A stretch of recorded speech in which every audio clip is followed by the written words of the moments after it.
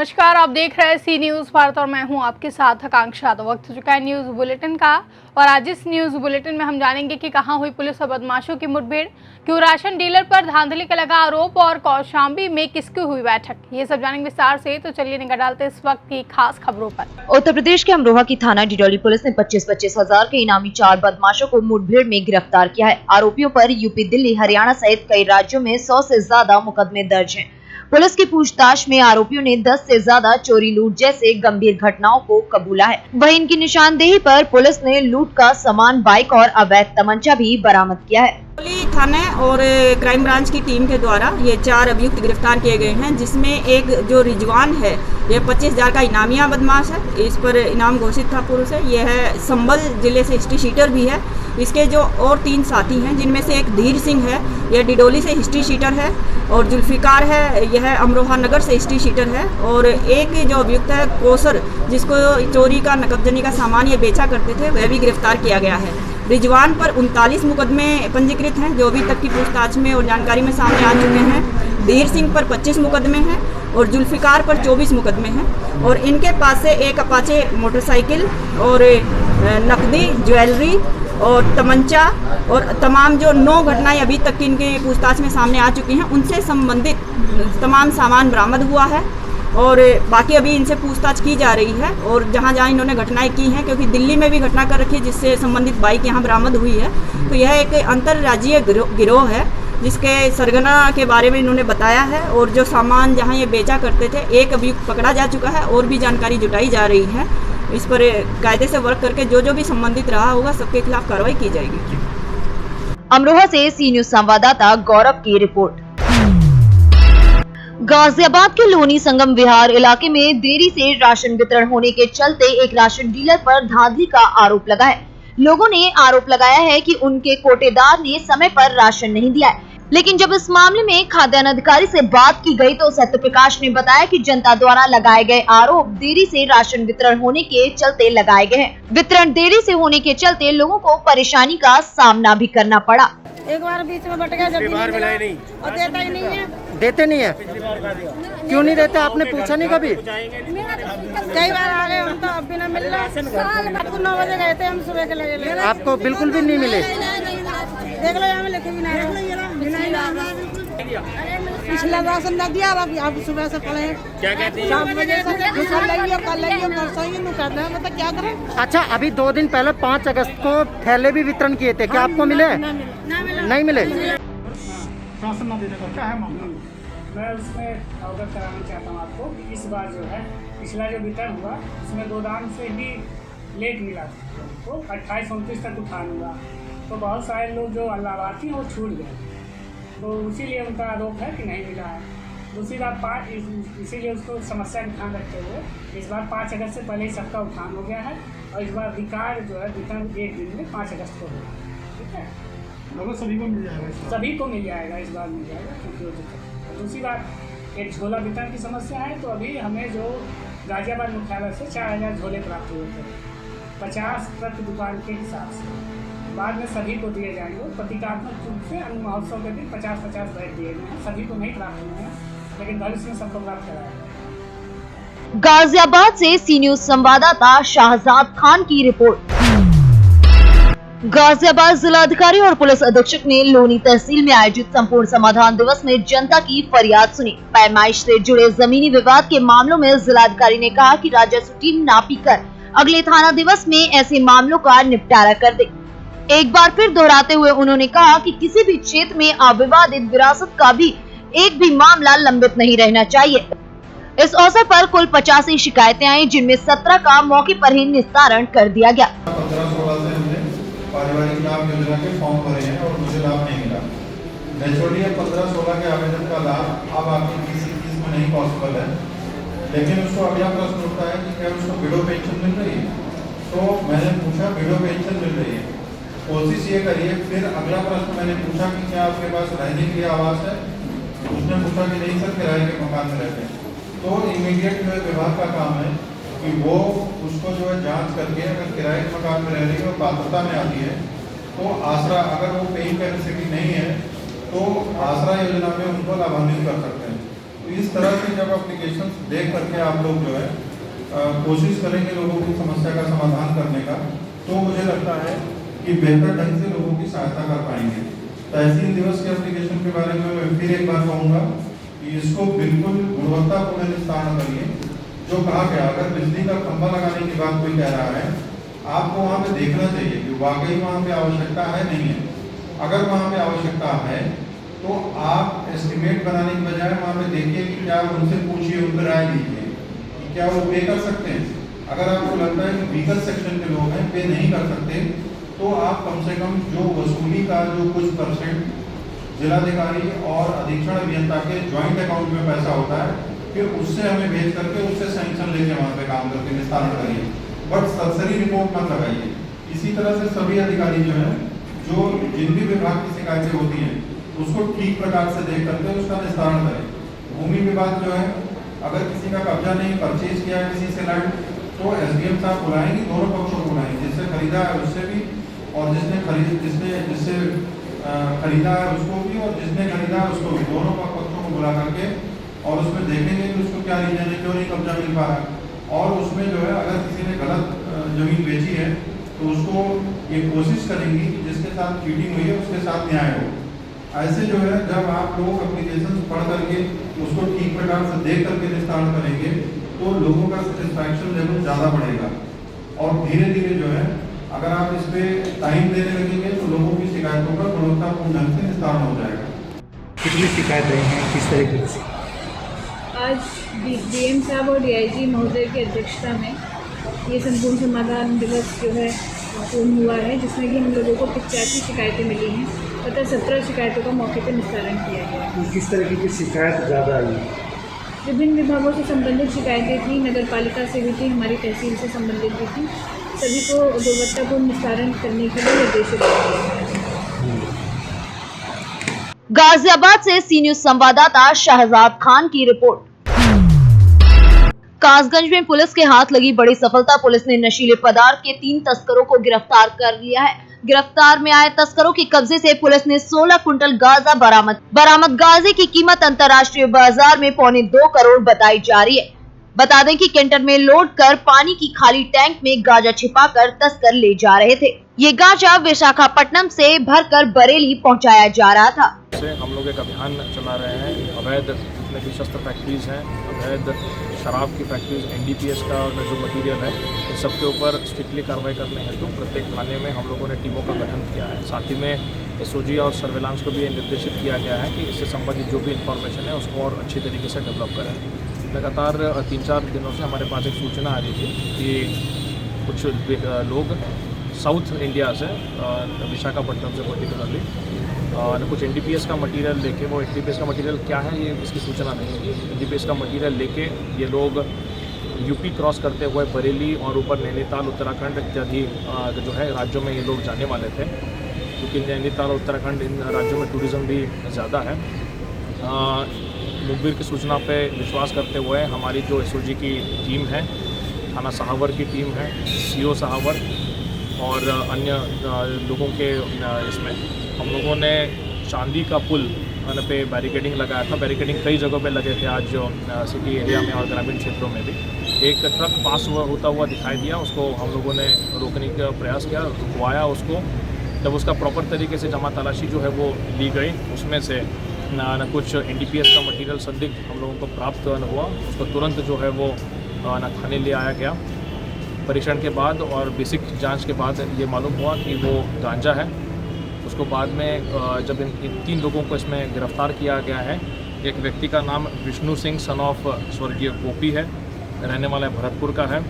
दूसरा Devdutt son of चरण सिंह, रहने वाला ये मथुरा का है। और तीसरा कमल किशोर सन ऑफ फूल सिंह, ये रहने वाला भरतपुर का है। इन्होंने कुछ अन्य व्यक्तियों के नाम बताए हैं जो कि इस पूरे रैकेट के सरगना हैं, जो इसमें अभी फ़िलहाल हमारे मुकदमे में वांछित रहेंगे। इनकी इन्फॉर्मेशन के अकॉर्डिंग लगभग 16 क्विंटल मतलब 1600 किलोग्राम गांजा इस गाड़ी में मौजूद है, जिसकी मार्केट वैल्यू लगभग 2.25 करोड़ के आसपास है, जिसमें मुकदमा पंजीकृत किया जाएगा और इन लोगों को विधिक कार्रवाई करते हुए कल जेल भी भेजा जाएगा। जो लोग इसमें वांछित चल रहे हैं उन लोगों को भी हम लोग लगातार हमारी नज़र रहेगी और जल्द से जल्द गिरफ्तारी करने के लिए हमारी कोशिश रहेगी। कासगंज से सी न्यूज संवाददाता केशव की रिपोर्ट। कौशाम्बी के कड़ाधाम कोतवाली में पीस कमेटी की बैठक हुई। बैठक में मुहर्रम को लेकर कड़ाधाम प्रभारी ब्रिजेंद्र सिंह ने सौहार्दपूर्वक सादगी के साथ त्योहार मनाने के लिए कहा। कोविड-19 को देखते हुए सरकार की गाइडलाइन के हिसाब से मुहर्रम मनाने की भी अपील की गई। वहीं कड़ाधाम के इलाकई लोग कोतवाली ब्रिजेंद्र सिंह की बातों से सहमत भी नजर आए। कौशाम्बी से सी न्यूज संवाददाता वसीम की रिपोर्ट। गुरदही ग्राम पंचायत इटावा के शासकीय उचित मूल्य दुकान सेवा सहकारी समिति इटावा के देश के यशस्वी प्रधानमंत्री नरेंद्र मोदी और प्रदेश के मुख्यमंत्री शिवराज सिंह चौहान के नेतृत्व में गरीब कल्याण योजना का अन्न उत्सव शुभारंभ किया गया, जिसमें गरीब परिवार को छायाचित्र थैली में प्रत्येक व्यक्ति को 10 किलो अन्न वितरण किया गया, जिसमें इस कार्यक्रम में सभी हितग्राहियों को स्वल्प आहार भी कराया गया। ग्राम पंचायत हथनोरा में भाजपा के मंत्री भगवंत सिंह रघुवंशी ने उद्बोधन कर सभी हितग्राही के समक्ष सरकार द्वारा अनाज वितरण एवं बहुत सी योजनाओं के बारे में जानकारियां दी। अनुत्सव कार्यक्रम इटावा के प्रभारी रजनी सोनी ने इटावा के शासकीय उचित मूल्य सेवा सहकारी समिति में ग्रामवासियों को अन्य योजनाओं एवं सोसाइटी से मिलने वाली और सभी योजनाओं के बारे में ग्रामीणों को प्रेरित किया गया। प्रधानमंत्री जो गरीब कल्याण अन्न योजना का जो मुफ्त राशन जो दिया जा रहा है, ये आज घाटाबाड़ी मतलब कितने लोगों को दिया जाए? यहाँ से लगभग 150 लग रही है। और क्या मतलब क्या जागरूक मतलब फैलाइए यहाँ पे, मतलब जागरूकता जनता को यही बताया गया है कि इस अत्यंत भीषण महामारी में, कोरोना काल में एवं बाढ़ की क्षति हमारा राज्य झेल रहा है, इसमें माननीय प्रधानमंत्री महोदय एवं हमारे प्रदेश के मुख्यमंत्री माननीय शिवराज सिंह चौहान जी के नेतृत्व में ये मुख्यमंत्री गरीब कल्याण अन्न योजना के तहत गरीब परिवार को मुफ्त राशन वितरण किया जाना है, इसके बारे में समझाई दी गई। बैतूल से सी न्यूज संवाददाता संदीप वाइकर की रिपोर्ट। फिरोजाबाद के गंज मोहल्ला स्थित पोरवाल धर्मशाला में हुई एक प्रेस वार्ता के दौरान श्री बाबा महाकाल भक्त मंडल समिति ने अवगत कराया कि 9 अगस्त 2021 को शाम 4 बजे से श्री बाबा महाकाल पालकी राधा कृष्ण मंदिर से सेंट्रल चौराहा बर्फखाना चौराहा होती हुई डाक खाना स्थित मंदिर श्री सिद्धेश्वर नाथ महादेव पर संपन्न होगी। बताया गया कि श्री बाबा महाकाल पालकी महोत्सव के आयोजन में सुबह 4 बजे से श्री सिद्धेश्वर नाथ महादेव मंदिर में भव्य रुद्राभिषेक एवं मुख्य आकर्षण के रूप में दिल्ली द्वारा राजपूत एंड पार्टी की अद्भुत झांकी, भव्य फूल बंगला, डमरू यात्रा एवं पालकी मार्ग पर पुष्प वर्षा निकाली गई। जी, आज प्रेस वार्ता रखी गई है, क्या उद्देश्य है? आज ऐसा है, दिनांक 9 अगस्त दिन सोमवार जय बाबा महाकाल कमेटी की तरफ से भगवान महाकाल पालकी निकाली जा रही है, उसके उपलक्ष्य में ये प्रेस वार्ता रखी है। कहाँ से कहाँ तक निकाली जाएगी और किस तरीके से व्यवस्थाएं रहेंगी? जो यात्रा है उसका स्थान राधा कृष्ण मंदिर से और सिद्धेश्वर नाथ मोहल्ला दिल्ली तक आएगी और इसकी व्यवस्थाएँ इसमें झांकियाँ भी हैं और अलग अलग प्रातः ब्रह्म मुहूर्त में महारुद्राभिषेक और यात्रा में डबरू वाले होंगे, अलग अलग लोग अपनी अपनी व्यवस्था लेकर इसमें चलेंगे। फिरोजाबाद से सी न्यूज संवाददाता दीपक शर्मा की रिपोर्ट।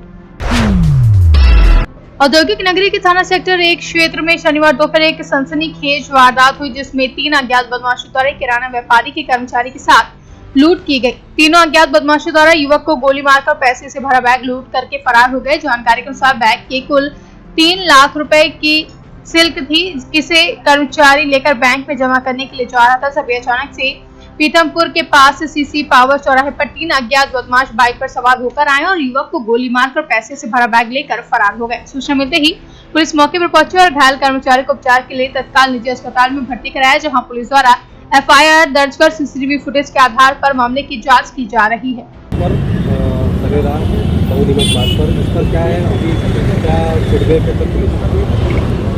सेक्टर 1 थाने में एक शेखर नामक लड़का सोनी ट्रेडर्स कंपनी पे जो काम करता है, अपने अपने साथी के साथ में पैसा जमा कराने के लिए जा रहा था। उसमें अभी तक जो ज्ञान में आया है 3 लड़कों के द्वारा ओवरटेक करके फायर किया है और 3,35,000 उसके पास बैग था, वो लेके भाग गया। उसके कॉलर बोर्ड की साइड में गोली लगी है। बाकी अभी उससे प्रॉपर बात भी कर रहा है, ऐसी कोई स्थिति नहीं है, किंतु प्रारंभिक इलाज किया जा रहा है। पुलिस द्वारा प्रकरण पंजीबद्ध किया गया है और पुलिस की सारी टीमें DSP थाना प्रभारी क्राइम ब्रांच सभी उस प्रकरण को निकालने के लिए तत्परता से लग गए हैं। सर क्या CCTV फुटेज खंगाले जा रहे हैं आसपास के? ये पूरे सारे इन्वेस्टिगेशन के जितने टूल्स होते हैं, चाहे CCTV हो चाहे बदमाशों की धरपकड़, सारी कार्रवाई बहुत सख्ती के साथ। ठीक है सर, थैंक यू। सर बताएं, आज कुछ घटना सामने हुई, आप थाने पर आए हैं, क्या मामला पूरा? थाने पे हम रिपोर्ट ये करने आए थे कि हमारा जो कैशियर अकाउंटेंट बैंक में पैसे जमा करना जा रहा था SBI में, तो उसके साथ छीना झपटी और लूट की घटना हुई और करीब 3,35,000 के आसपास उससे छीन लिया गया और उनने बैग नहीं छोड़ा तो उसके ऊपर गोली चला दी तो उसके कंधे के ऊपर लगी। आपको कैसे पता चला कि गोली के चलाई है उसके ऊपर? यहाँ पे थाने पे आने के बाद और वहाँ उसका मेडिकल होने के बाद लगा कि वो गोली चली है। किसे गोली लगी है अभी? शेखर चंदेल को। अभी कहाँ है आपका बल? वो भी कोई काम में उसको इलाज के लिए भेजा है, यहाँ से रेफर कराया हमने। कौन सी बैंक में पैसे डालने जा रहा था? SBI बैंक में पैसे डेली डालने जाता है। ठीक है, आपका नाम बता दीजिए सर। किशोर सोनी। इंदौर से सी न्यूज संवाददाता सुरेश बैरागी की रिपोर्ट। प्रधानमंत्री गरीब कल्याण योजना के तहत गरीब परिवार को मिलने वाले निःशुल्क राशन का 7 अगस्त को मध्य प्रदेश सरकार द्वारा नोत्सव कार्यक्रम का आयोजन प्रदेश की 25,435 राशन की दुकानों पर इस प्रकार का कार्यक्रम आयोजित किया गया, जहां इसी कड़ी में ग्राम पंचायत बरखेड़ा जागीर में भी अनोत्सव का कार्यक्रम किया गया, जिसके मुख्य अतिथि जनपद सदस्य ब्रजेश चौक से रहे हुए अतिथियों ने भारत माता के चित्र के समक्ष दीप जलाकर एवं पुष्प व तिलक लगाकर उपस्थित अतिथियों का स्वागत किया। वहीं सेल्समैन बलवंत सिंह राजपूत ने मुख्यमंत्री शिवराज सिंह चौहान के संदेश का वाचन मुख्य अतिथि द्वारा किया गया। क्या हुआ? आज शासन के निर्देश अनुसार अनोत्सव का कार्यक्रम आयोजित किया गया, जिसके तहत मुख्य अतिथि जनपद सदस्य ब्रजेश जी चौक से द्वारा CM साहब के उद्बोधन का वाचन किया गया। इसके उपरांत सभी उपभोक्ताओं द्वारा TV पर CM और PM महोदय के लाइव प्रसारण को देखा गया। इसके उपरांत हितग्राहियों को थैले में 10 किलो राशन का वितरण किया गया। कितने हितग्राहियों को किया गया? 50 हितग्राहियों। मध्य प्रदेश से सी न्यूज संवाददाता अक्षय की रिपोर्ट। गाजियाबाद में लड़कियों के इंस्टाग्राम फेसबुक अकाउंट हैक करने वाला युवक को पुलिस ने दबोच लिया है, जहां मैसेंजर में लिंक भेजकर अकाउंट हैक करता था मोहम्मद शाद, फिर न्यूड फोटोज और वीडियोस मांगता था। गाजियाबाद पुलिस ने सोशल मीडिया अकाउंट हैक करने वाले मोहम्मद शाद नाम के शख्स को गिरफ्तार किया है, जो मैसेंजर में लिंक भेजकर इंस्टाग्राम और फेसबुक अकाउंट हैक करता था। बता दें, साहिबाबाद थाने के HSO नागेंद्र चौबे ने बताया कि पिछले दिनों 2 लड़कियों के संबंध में शिकायत प्राप्त हुई। उनके इंस्टाग्राम इनबॉक्स में एक लिंक आया। लिंक पर क्लिक करते ही उनका अकाउंट से एक्सेस किसी और के पास चला गया। आरोपी व्यक्ति ने अकाउंट के सारे फोटो चुरा लिए और फिर प्राइवेट चैट्स के भी स्क्रीनशॉट ले लिया। अकाउंट वापस देने के बदले आरोपियों ने लड़कियों से न्यूड फोटो वीडियो मांगे। ऐसा न करने पर उनकी फोटो और चैट्स वायरल करने की धमकी दी है। सर, साइबर क्राइम ने एक अपराधी को पकड़ा है। लड़कियों को सोशल मीडिया पर अपना लिंक भेजता था, हैकर्स था, और बाद में रंगदारी मांगता था। उनको ये कहा करता था कि तुम्हारी अश्लील फोटो बनाकर सोशल मीडिया पर वायरल कर दूंगा। क्या है पूरा मामला, कौन है ये? साहिबाबाद पुलिस को एक सूचना प्राप्त हुई थी और उस पर FIR भी पंजीकृत की गई थी कि एक लड़की थी जिसकी इंस्टाग्राम की ID हैक करके उसको असली फोटो वायरल करने की धमकी देकर लगातार ब्लैकमेल किया जा रहा था और लगातार रंगदारी मांगने की बात सामने आई थी। इस पर FIR पंजीकृत करके साहिबाबाद पुलिस और साइबर सेल को संयुक्त रूप से लगाया गया था, जिसमें कामयाबी कल साहिबाबाद पुलिस और साइबर सेल को मिली कि मोहन नगर के पास उस व्यक्ति को, जो मोहम्मद साद नाम का बहराइच का रहने वाला, गिरफ्तार किया गया। पूछताछ में उसने बताया कि वो जो भी लड़कियां हैं, युवतियां हैं, उनकी जो ID को इंस्टाग्राम से देख के उन पे एक लिंक भेजता था, लिंक के माध्यम से उनके यूजर नेम ID पासवर्ड वगैरह हैक करके और ये कार्रवाई करता था, फिर उनको ब्लैकमेल करता था, उसके विरुद्ध विधिक कार्रवाई की जाए। कहाँ का रहने वाला है, किस क्लास का छात्र है? जैसा मैंने पहले बताया, मोहम्मद साद बहराइच का रहने वाला है। मेडिकल संबंधी तैयारी की बात भी पूछताछ में अब तक आई है, बाकी विस्तृत पूछताछ की है। गाजियाबाद से सी न्यूज संवाददाता शहजाद की रिपोर्ट। फिलहाल के लिए न्यूज बुलेटिन में बस इतना ही। देश और दुनिया की तमाम बड़ी खबरों के लिए देखते रहें सी न्यूज भारत।